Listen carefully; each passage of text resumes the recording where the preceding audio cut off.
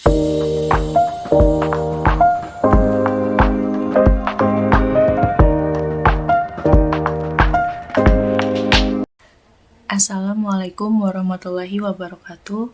Kami dari kelompok 2 yang beranggotakan saya sendiri Ismi Felina, Muhammad Aldi Maulana, dan Hendra Wicaksana.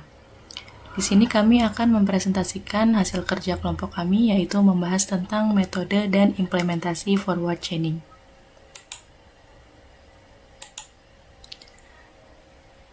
Yang pertama yaitu apa sih yang dimaksud dengan forward chaining? Forward chaining adalah metode inferensi dalam sistem pakar dan kecerdasan buatan yang digunakan untuk menarik kesimpulan dari data atau fakta yang diketahui.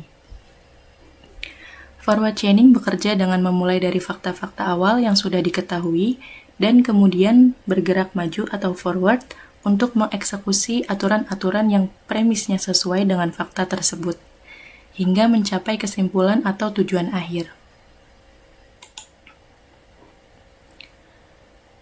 Selanjutnya, tipe sistem yang dapat dicari menggunakan forward chaining adalah sebagai berikut. Yang pertama, yaitu sistem yang diwakili oleh satu atau lebih kondisi. Yang kedua, untuk sistem kondisi, sistem akan mencari aturan-aturan dalam knowledge base yang sesuai dengan kondisi pada bagian if. Yang ketiga, aturan dapat menghasilkan kondisi baru dari kesimpulan yang terdapat pada bagian then. Kondisi baru ini akan ditambahkan ke kondisi yang sudah ada. Lalu yang keempat, setiap kondisi yang ditambahkan ke dalam sistem akan diproses. Jika ditemukan kondisi baru dari kesimpulan yang diberikan, sistem akan kembali ke langkah kedua dan mencari aturan-aturan dalam knowledge base lagi. Jika tidak ada kesimpulan baru, sesi ini akan berakhir.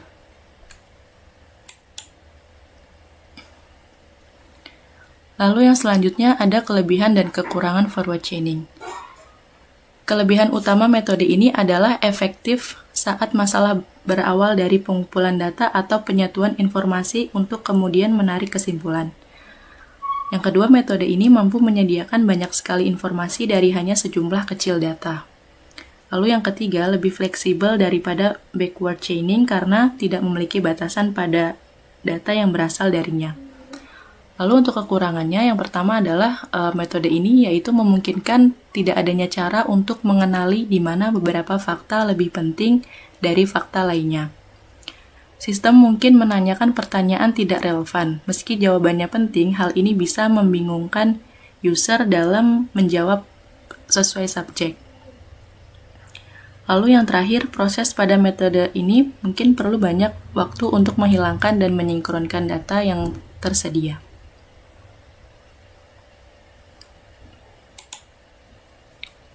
Selanjutnya di sini ada contoh forward chaining, yaitu sistem rekomendasi pemberian obat. Yang pertama di sini ada premis, yaitu gejala yang mungkin terjadi. Yang pertama ada C1 demam, C2 batuk kering, C3 tenggorokan sakit, C4 nyeri otot, C5 pilek, C6 sakit kepala. Lalu selanjutnya ada subgoals. Di sini maksudnya adalah rekomendasi obat. Yang pertama yaitu D1 paracetamol, D2 antihistamin, D3 obat batuk, dan D4 ibuprofen. Lalu yang selanjutnya di sini ada knowledge rule base, di mana aturan ini yang akan kita gunakan untuk memproses gejala. Untuk rule yang pertama yaitu jika C1 dan C4 maka rekomendasinya adalah D1. Untuk rule kedua, jika C2 dan C3, maka rekomendasinya adalah D3. Untuk rule ketiga, jika C5 dan C6, maka rekomendasinya adalah D2. Untuk rule yang keempat, jika C1 dan C6, maka rekomendasinya adalah D4. Untuk rule yang kelima, jika D1 dan C2, maka rekomendasinya adalah D3. Selanjutnya ada fakta yang diketahui dari pasien. Yang pertama yaitu ada demam, batuk kering, dan nyeri otot.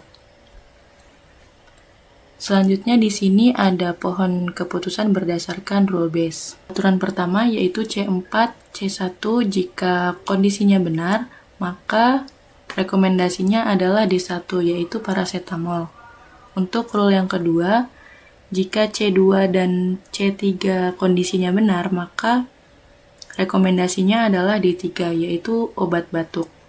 Untuk rule yang ketiga, jika C6 dan C5 kondisinya benar, maka rekomendasinya adalah D2, yaitu antihistamin.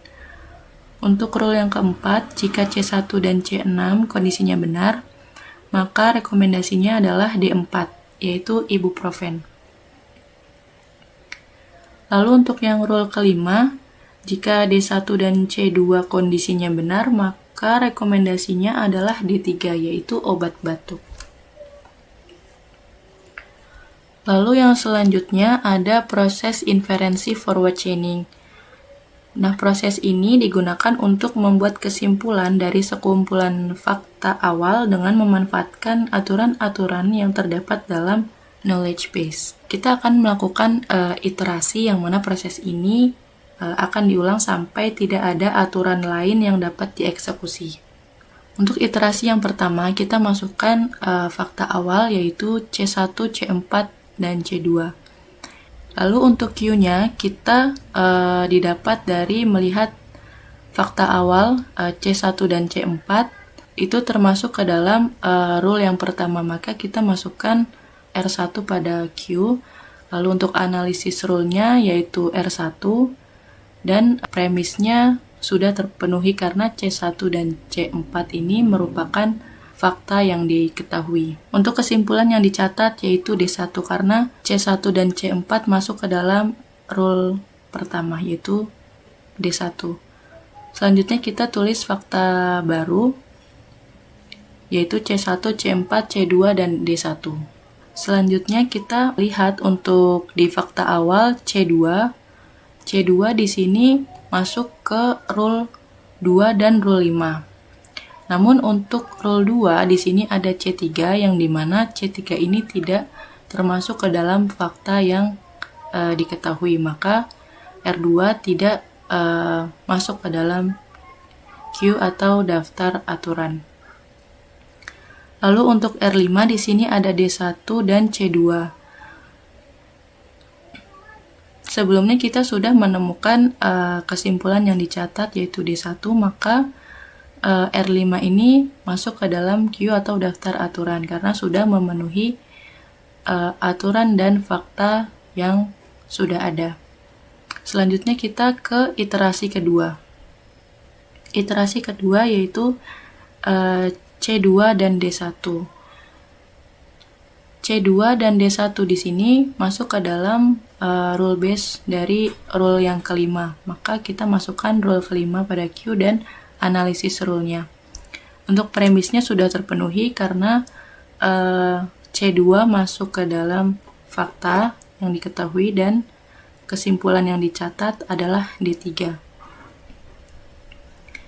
Lalu kita catat fakta terbarunya yaitu C1, C4, C2, D1, dan D3. Selanjutnya kita masuk ke iterasi yang ketiga yaitu D3. Di sini untuk D3 masuk ke dalam rule yang kedua di mana C2 dan C3 ini merupakan premis, namun C3 ini tidak termasuk ke dalam fakta yang diketahui, maka iterasi akan berhenti sampai di iterasi kedua.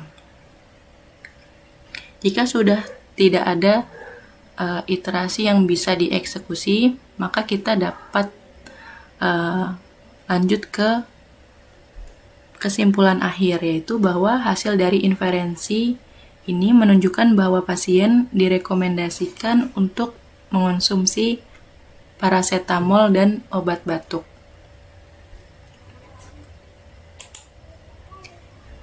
Sekian presentasi dari kelompok 2, kurang lebihnya mohon maaf. Wassalamualaikum warahmatullahi wabarakatuh.